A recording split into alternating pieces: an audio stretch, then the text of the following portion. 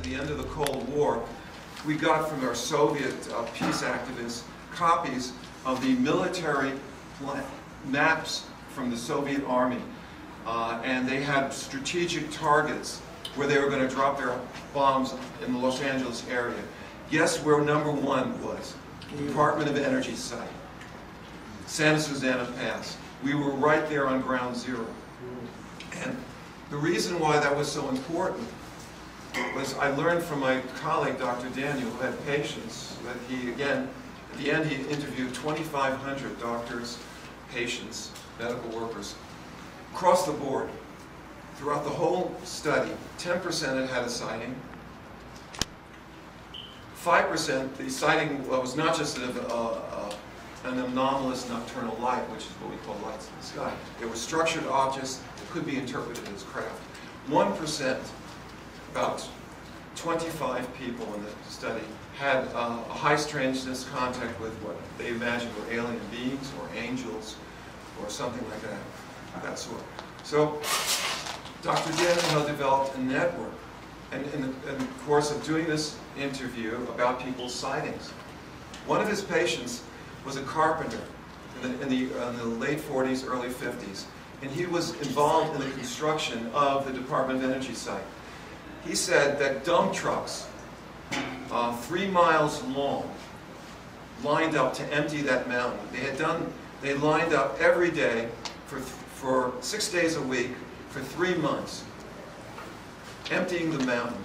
And when he went to work inside the plant, even though he had a security clearance, he was only allowed 7 levels down from the surface. He said rumors had it that it went at least another 8 or maybe even 20 levels down. The mountain, the whole mountain, was a top secure base. No surprise then that the Santa Susana Pass, this Department of Energy facility, was targeted by Soviet war planners. I'm not familiar with where it's at. It's right, it's in Chatsworth.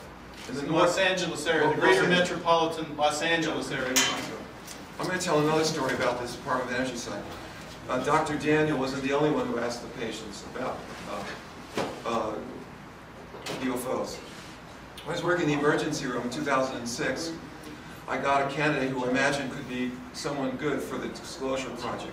It's an African-American retired man who came into the hospital with a medical problem. I won't mention what it was. But you know how it is.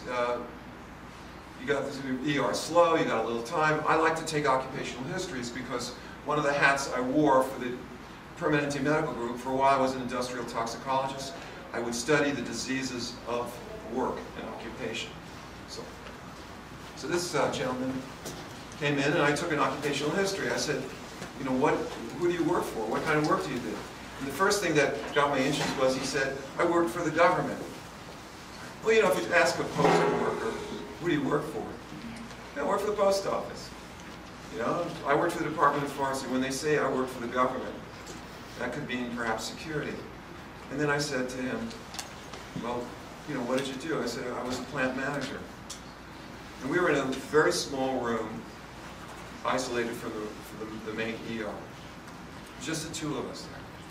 So I said, you mean you worked at something that had to do with security or stuff? He said, I worked at the Department of Energy site. And he did something that was really interesting. Even though we were alone in the room, this African-American retiree looked around. There was nobody in there with him. He looked around before he told me the story. I thought, okay, this is going to be good. Looked around. And I said, well, you know, have you ever seen a UFO? And then he just kind of looked at me, thinking, am I going to talk or not? And then he started to talk. In the late 80s, just a few years before my team got established, a couple of 100 yards from the perimeter of that base, he was a maintenance engineer. His job was to keep the physical plant going. The Department of Energy site in Santa Susana Pass had these massive water towers that would take water from the top of the mountain down to all the secret labs. And it would be carried in transite pipes that were 3 feet thick, lined with asbestos. And they had metal casings, I think, too. And one time, he and his coworker got an alarm one of the water mains had broken.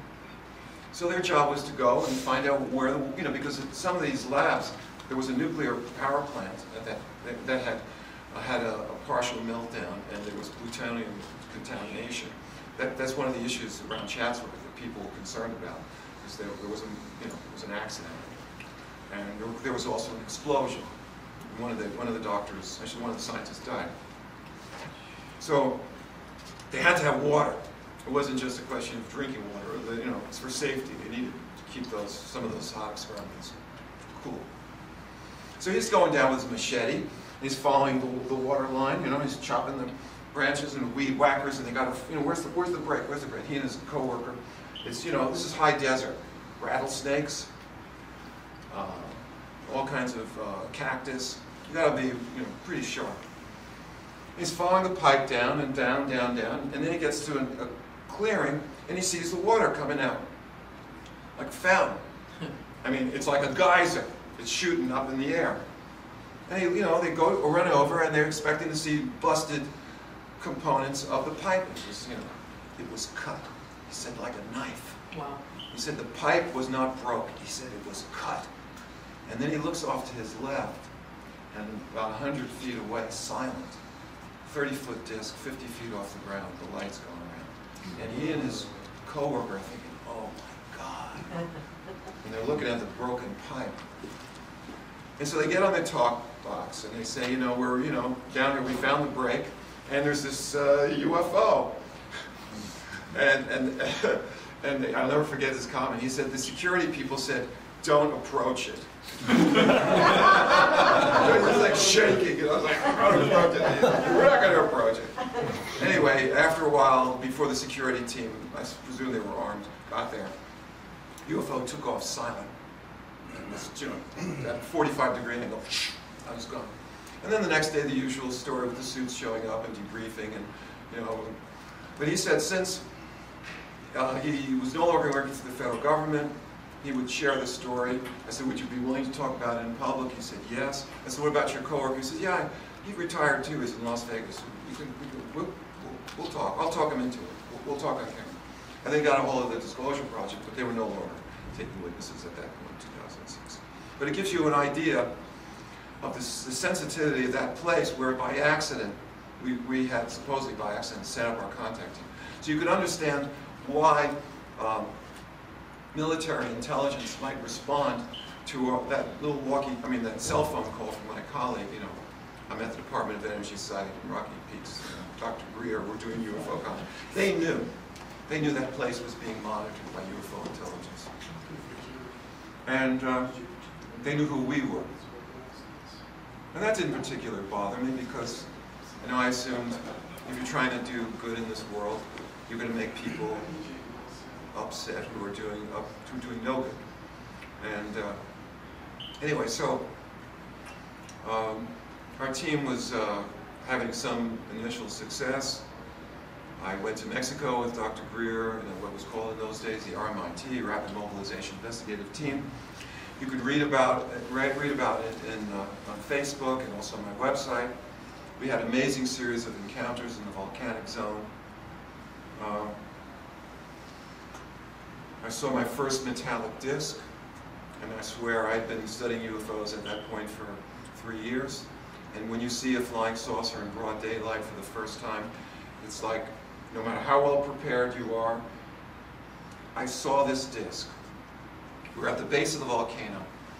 We're at a fish restaurant because the river that came off the volcano was a very good source of water for a trout farm. So they had a trout farm, they had a fish restaurant. And we're there in the parking lot of the fish restaurant, and the mariachi music is blasting. So if the UFO was silent or not, I wouldn't know. So it was, couldn't hear. So I see this metallic disc going right towards the wall of the volcano. And my mind could not accept I was seeing a flying saucer. I said, no, it's a small plane.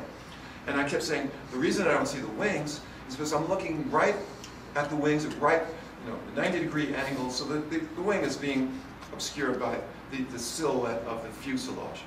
But there was no tail rudder. There was no engine. It had rectangular windows.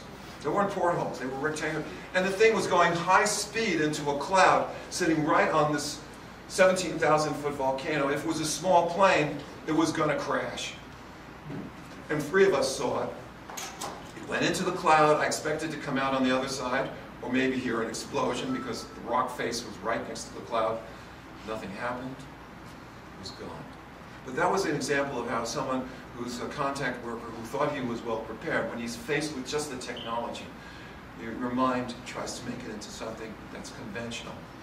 How close? Pardon? How It close was did you probably guys- 800. It was probably 500 to 600 yards away, maybe even less. It's hard to say. It was anywhere between 20 and 40 feet in size. I can't tell you if it was silent because mariachi music. Question? I have a question for the group, if you don't mind. Yeah, sure. I just wonder how many people in this group have seen with their external eye a daylight manifestation of something. Yeah, that's pretty cool. For you two people, That's way cool. half the people in the room. All right, so we're an elite group of experiencers. We got not to see anomalous lights, something that was truly a structured object, what we call craft. Okay, so it was an amazing experience to be with the RMIT. I spoke Spanish. We met with the local contact workers there.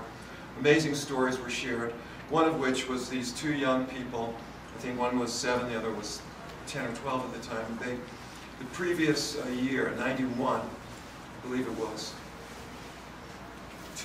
they were with their animals on the side of the volcano, poor kids.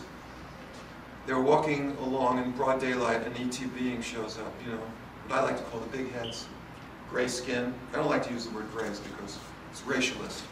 And it's like, we don't refer to white people as whitey, or we don't call, blacks darky. We don't call, we refer to people as African Americans or Caucasian. And we call the grays sort of racialist, like, can't we get beyond identifying people by the color of their skin? Anyway, so I don't particularly, I like to call them the big heads. So this big head being shows up there, dressed in a silver jumpsuit. And these kids are there like, what's this? The dog, of course, gets terrified and runs down there. And telepathically, they're getting this communication. And the so-called big head says to them in their mind, don't worry, we're not going to hurt you. And then he went on to say the volcano is going to erupt, but we're going to save you. And there's going to be a war, and it's going to start in Nueva York. So the kids had this experience. They went and talked to their families. The families talked to their friends. So UFO investigators show up, and they're interviewing the kids.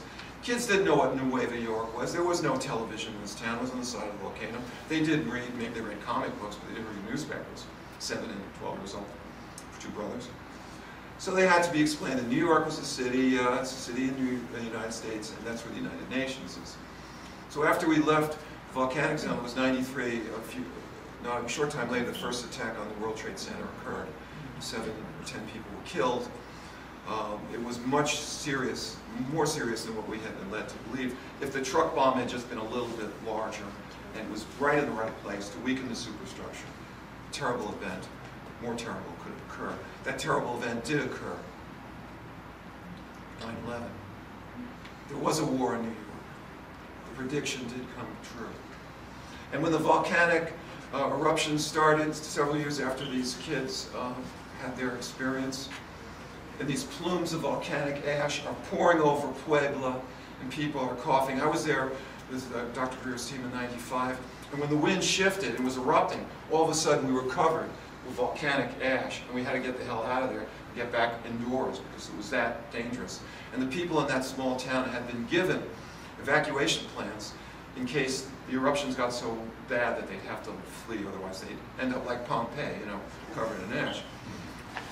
So we were there in '95, and I knew that the so-called ETs had promised they were going to stop the eruptions. And when the UFO investigator, Jaime Maussan, published pictures on the internet showing a UFO diving into the cauldron of the erupting volcano. And when on the internet you could see these golden, they weren't gold, they were gunmetal globes flying around the perimeter of the volcano, and you could see the pyroclastic flows. These are superheated volcanic eruptions that race at 150 miles down the side of the volcano. The temperature is 600 degrees within them. You know, these UFOs are maneuvering through the pyroclastic flows. And when you hear the reports, and I couldn't confirm it, but there was one report, unconfirmed, from a seismologist who said after that picture was taken of the UFO diving into the volcano, the eruption stopped. I can't confirm this, but it's very interesting to note that these kids, I didn't get a chance to interview them, but I interviewed the researchers who had spoken to them. And it was all over the, I included it in my report too. So, we're faced with a UFO intelligence that may just, under certain circumstances, do good by their words and intercede to save human life. And anyway, so it's now 93. Our team is operating. We've moved from Santa Susana Pass to Malibu. Malibu we had to give up because we were in violation of California State Park rules. It was a day-use park only. There were also a lot of rich people in the Malibu mountains who probably didn't like us using the lights. They thought it was something, it was their neighborhood. So we moved to Joshua Tree. Joshua Tree for 3.5 years was our research laboratory. And it's just a place of such pristine beauty, the site of so many UFO sightings, that I fell in love with the place. And in the fall of '93, I have a crisis because I'm doubting my ability to lead the team. While we were in Robeson Mining World, I don't see Ricky here. Okay. Anyway, I was with Ricky, 60 other contact workers in a 3-day training. And unseen intelligences were approaching us. And what they were doing was carrying out a contact scenario that I called invisible footsteps, where you're sitting there in the desert, you don't see anybody, but you hear something or somebody going through the brush. So these two contact workers were very excited about contact work, but they were also a little scared. They were separated from us. And so they were by themselves out on this lonely part of the road. So they got scared and they said, well, we don't know who you are, we like you, but could you just stop because we're scared? And the stop, the intelligence associated with the audio display stopped, and the foot said stop. And then like Simple Simon, they said, okay, we're feeling more reassured. Why don't one of you come forward? And so, okay, that's enough, stop. At one point, they tracked 8 different locations around them where there were these unseen intelligences creating this auditory display that sounded like someone's coming. And so they got so excited, they called Dr. Greer, and we went out to this spot. Now, this spot was very interesting because it was separated from the area where we had our 3 teams in operation out in the desert. And Ricky mentioned we were about 100 yards apart, so we were widely dispersed. And when I went through this site repeatedly, and this is a teaching point for contact workers. You know when you're a kid and you're playing hide and go seek, and you walk into a room and you don't hear anything, and you don't see anything, but you just know that your brother or your cousin or somebody is in the room, and you listen, there's no giggle, then you listen some more, and finally you hear a giggle or there's a movement. It's called presence of consciousness. You feel a mind that's not your own, or a sense that someone is there. So this particular stretch of the road where these women had this encounter, every time I went through, kind of like turned around, like the presence of another mind was powerful. And that was the place where they chose to do their invisible footsteps. So I go out there with Dr. Greer, and I'm his working group coordinator, and I'm very privileged to do. He was very sick at the time, had a flu, 100, 102, and he still was out there doing the work. And one of the people there with him was a psychic and he sensed the presence of several large ET that were in our vicinity. Well, I got scared. I wasn't prepared for that. And I remembered, it's funny because when I was a kid growing up in New York, the street gangs used to harass me. There was this one Irish kid who was short, and he'd always throw a rock at me. You know, I'd be walking down the street, I'd see him, and I knew I'm going to get hit in the head. And then because he was short, he'd run away. It's funny, when I saw those, I was there on the road, all I could think of was picking up some gravel, the little pieces of rocks. And I was thinking about this kid who was throwing rocks at me. I was going to throw the rocks at the UFO beings, and they were going to go away, and I wouldn't be scared. It was so infantile. It was so stupid. And I felt so embarrassed because here I was a contact worker, and I was leading a team. I was scared. So after that session was over, I kind of think, you really want to do this work. It was hard for me to meditate because before I met Dr. Greer, I wasn't a meditator. But I needed help. So I said, look, you guys, I need help. If I'm going to continue this work, I got to have a boost in my psychic ability. I got to get over my fears. I got to stop kicking myself in the butt for being so scared. And help arrived. It took about 2 months. And then I'm in the emergency room. And there's this Russian kid, 20-year-old kid from Belarus. He's an EKG tech. I won't mention his real name. I call him Misha. And a couple of months before, he said, what do you think of this UFO stuff? Well, I wasn't ready to come out in the closet, even though I had talked to some of my coworkers about my interest, because I was recruiting doctors to do the field work. Right? I'd select them carefully. And this kid, Misha, said, what do you think about UFOs? And I remember saying something inane, like from the movie Contact or something. He said, well, the universe is so big, if there's not other people out there, it would be a terrible waste of space. That's, I think, the line from the movie. It's Carl Sagan's book. So I gave some answer like that. And he listened very quietly. And then, in the fall of '93, as I'm preparing for the winter season, because you can't go to Joshua Tree when it's 115, go winter and fall and spring when our season out there. He tells me who he is. He gives me his calling card, as it were. He says to me, that he's a lifelong contactee. He had multiple encounters. He even had an onboard experience as a teenager. He described poltergeist phenomena in the town in Russia. He was Jewish.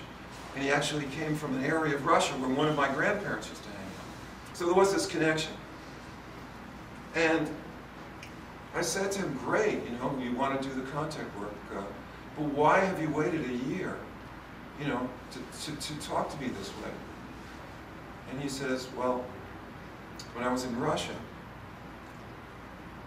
I had a dream, a lucid dream. And in the dream, he was going to emigrate from Russia to the United States, and he was going to work in a medical center. And there at the medical center, he'd see a tall, bearded Jewish doctor, glasses, and he was going to do UFO contact work. I said, great. So why did you wait a year? He says, you weren't ready. I said, what do you mean? So I'm not going to talk about it, but let's just say you weren't ready. And I realized subsequently that he had direct telepathic communication with UFO intelligence. And he's one of a number of people, I would guess on the planet, they're in the thousands, who have been prepared since childhood, like people like Dr. Greer, like my friend Misha, like other experiencers, who I'm meeting in these other networks who are not affiliated, who I call primes. And this is I talked to you about the word contact worker. Right? Now I'm going to talk about what is a prime contactee. Somebody like my friend Misha, someone who is linked to UFO intelligence in an infinite number of ways, who loves them like family. It's a person who has no parental guidance to lead them on a spiritual path. Dr. Greer mentioned his father was an atheist, nothing spiritual there. Misha, the same story. Both of them, when they were teenagers, got into meditation with no apparent human supervision. Misha called it yoga, and he'd be there, doing yoga in this backwaters town in Russia where the educational, cultural level was so low, that if you told them that you were a transcendental meditator, they would think you were an alien. That's how culturally backwards. And you want to find a backward community, just go to Asheville, North Carolina, Bible Belt, in terms of back in the 50s. So anyway,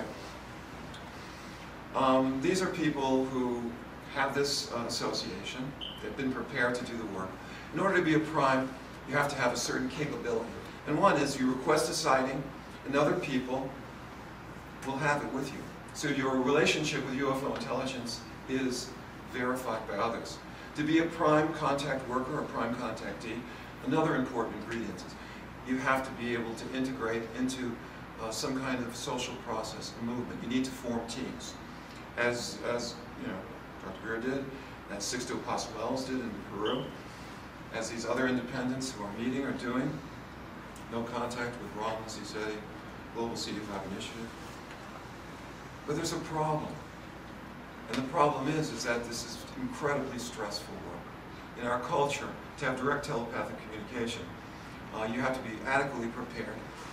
If someone claims they're hearing voices, this, in many communities, is prima facie evidence that you're hallucinating, you have schizophrenia, and you're hearing voices. You'll be locked up, or wish you had been locked up, because people are going to make you feel really unhappy. Whack up, hearing voices in your head. So, the prime contactee needs to be supported by a network of supporters and a team. The problem is that they're human, and they're susceptible to all the wondrous things that people can do that are good and not so good. And so what happens to contactee leaders, and this happens in Latin America, I hear stories, the contactee leaders form cult-like groups. They use their position to get money, sexual favors.